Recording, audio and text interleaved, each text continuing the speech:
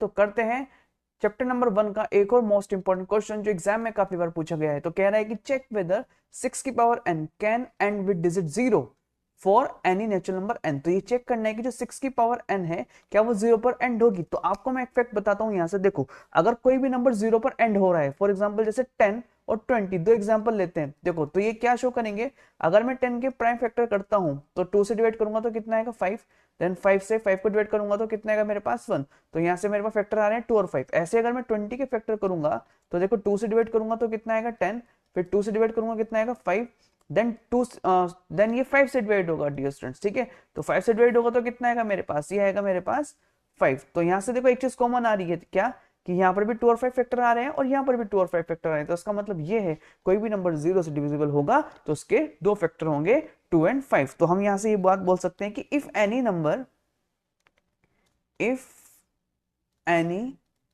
number ends with digit 0,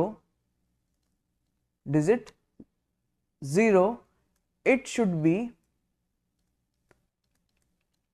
be divisible by